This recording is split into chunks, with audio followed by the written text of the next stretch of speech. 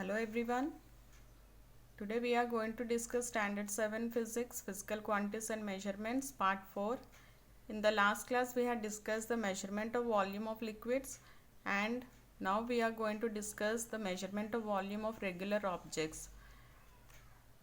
Measurement of volume of regular objects, there are some formulas to calculate this.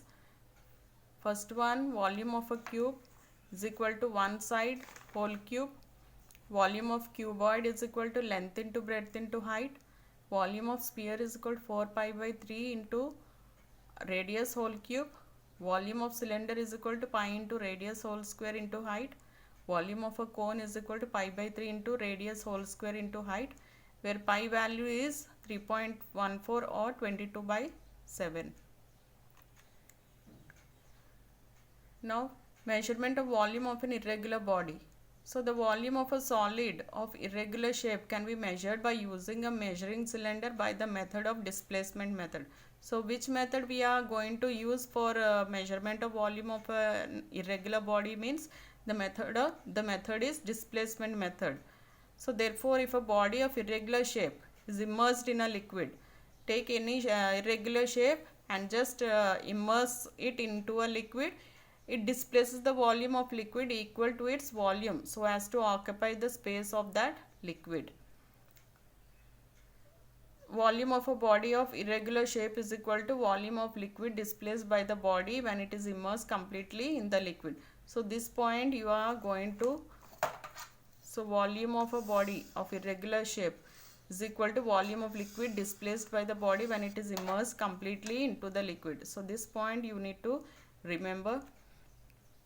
So how we are going to find the volume of a displaced if any irregular substance is immersed in a liquid.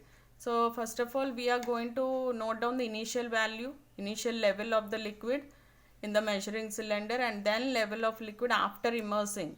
So whatever body you are immersing into that liquid, so after that you are going to take down that level and the initial level. So later on, the difference in the final level, so the final level from the initial level, you are going to take out the difference.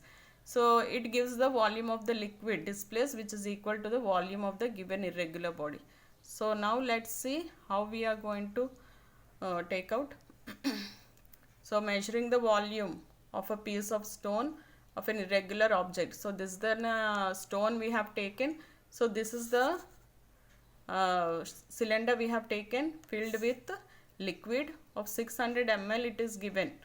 Okay, later on when we immerse that irregular body into this liquid, tie this stone to any string and just dip it into this liquid. So you can observe the level of the water is increasing to 800 ml. So before the level was 600 ml and now the level is 800 ml. So to measure the volume of a piece of stone, so initial level of water, so this is the initial level, that is 600 ml, and this is the when it is immersed, body which is immersed in the liquid, then the level will be 800 ml, that is V2. So what will be the difference? V2 minus V1 is 200 ml.